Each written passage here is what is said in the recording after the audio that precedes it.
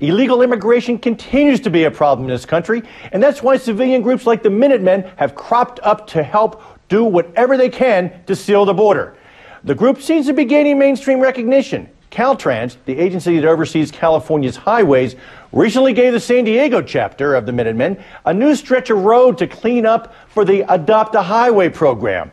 The original stretch of road was near a border checkpoint, and that had some immigration activists up in arms. As a result, Caltrans changed their minds late yesterday for safety concerns and moved the group's adopted highway to a quieter, less visible state highway. So, who's playing politics? Let's check in with Jim Gilchrist. He's a founder of the Minutemen Project, and for some broader perspective, Mark Krikorian from the Center for Immigration Studies. Guys, thanks for being with us. Thank you. Thank you. Jim, what is going on here? Help me understand this. It's simply the same problem the Minuteman Project has had since inception 3.5 years ago.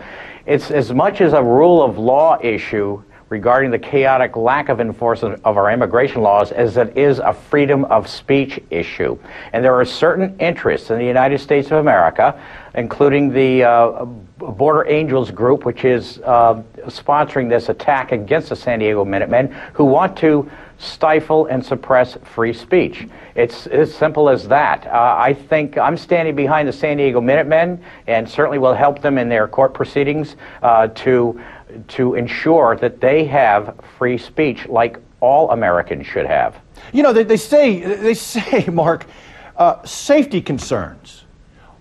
Help me understand what kind of safety concerns going out and picking up trash along the highway. You know, what is wrong with that safety concern? I mean, you put a little vest on so the cars won't hit you. That's what normal people do when they're involved in this Adopt a Highway.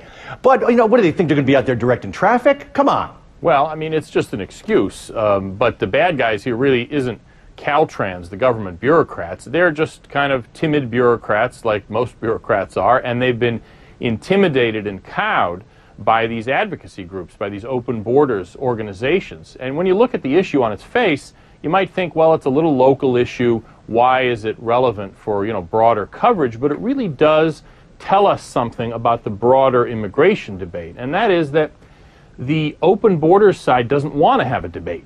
They essentially are bullying their way, attempting to bully their way into suppressing people's opinions, into delegitimizing, tainting anybody who opposes their views, just the way Senator McCain, for instance, did over the summer by calling his Senate colleagues who opposed his amnesty bill racists and xenophobes. It's the same kind of thing. When you have no arguments, call your opponents racists and xenophobes, and it's actually a sign, I think, that the pro-enforcement, pro-borders people are actually making progress because the other side is scared. That's what it seems like. But Jim, yes. Do you see that Caltrans is possibly bowing to special interest groups in here?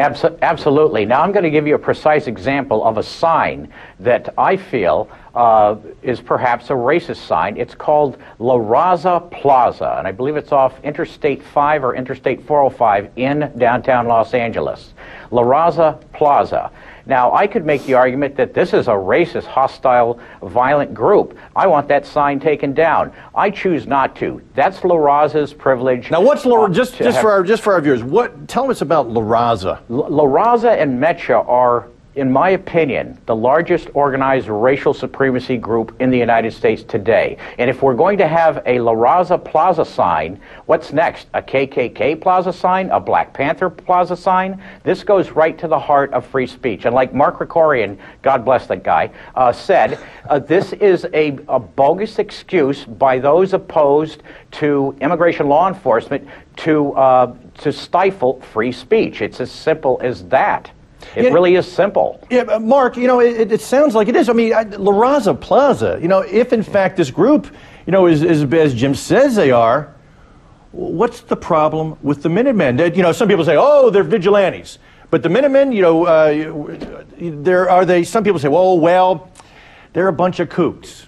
What do you say about that? Well, I mean, look, any large organization may well have some kooks here and there. There's no question about it. But Minutemen, for the most part, are civic-minded retirees with lawn chairs and walkie-talkies. I mean, kind of like me in my neighborhood in the Kirkwood section of Atlanta. Sort of neighborhood watch kind of folks. Exactly. That's all it is. The interesting point here, if we're talking about this issue of xenophobia and bigotry, is that obviously it exists on both sides of this debate. There's no denying that. But on the pro-control side, the pro-borders side, the kooks and the racists are at the fringes. They're nuts, living in their mother's basements. On the open borders side, the racial chauvinism is right at the center and the leadership of the open borders movements. For instance, John McCain's Hispanic outreach director for his candidate is a Hispanic chauvinist who actually was a Mexican government cabinet official and is now advising John McCain. So frankly, this bigotry and chauvinism is in the driver's seat on the open border side of the debate. It's at the fringes at best in the pro-control side of the debate. Well, speaking about bigotry, Jim, I've read that the Anti-Defamation League, ADL, has gotten involved in this campaign. What dog do they have in this fight? Fundraising. Anti-Defamation League, like the Southern Poverty Law Center, are professional fundraising groups. And if they can proliferate hate by using people like Mark Krikorian in the Center for Immigration Studies or Jim Gilchrist's Minuteman Project as a target for their hate, they can raise millions of dollars. They monitor from hate groups. donors. They monitor hate groups. I mean, they participate in encouraging and proliferating hate. Well, these are not groups that you want to you rely on for any valid information, nor is McCain's administer to whatever it is he's advising him for. I've been on debate with Juan Hernandez. He's a gentleman, certainly, but his agenda is identical to McCain's agenda and Giuliani's agenda, and that's to have open borders and no rule of law insofar as our immigration policy, and an endless stream, and I mean endless, of millions upon millions of illegal aliens from all around the world coming in here. Jim, I want to thank you. This is not the last. I'm sure we're going to hear of this whole issue, and not the end of illegal immigration discussion. Jim, Mark, thanks. Thank you.